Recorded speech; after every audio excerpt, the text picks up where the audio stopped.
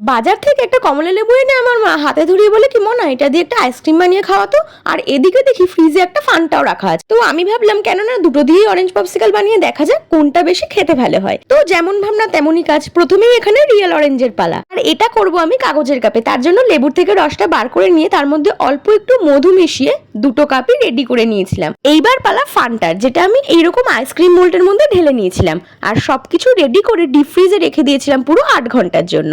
8 ঘন্টা পর যখন ফ্রিজ থেকে বার করলাম তখন দেখি ও মা, এ তো পুরো বাইরের কেনা অরেঞ্জ পপসিকলের মতো রং এসছে।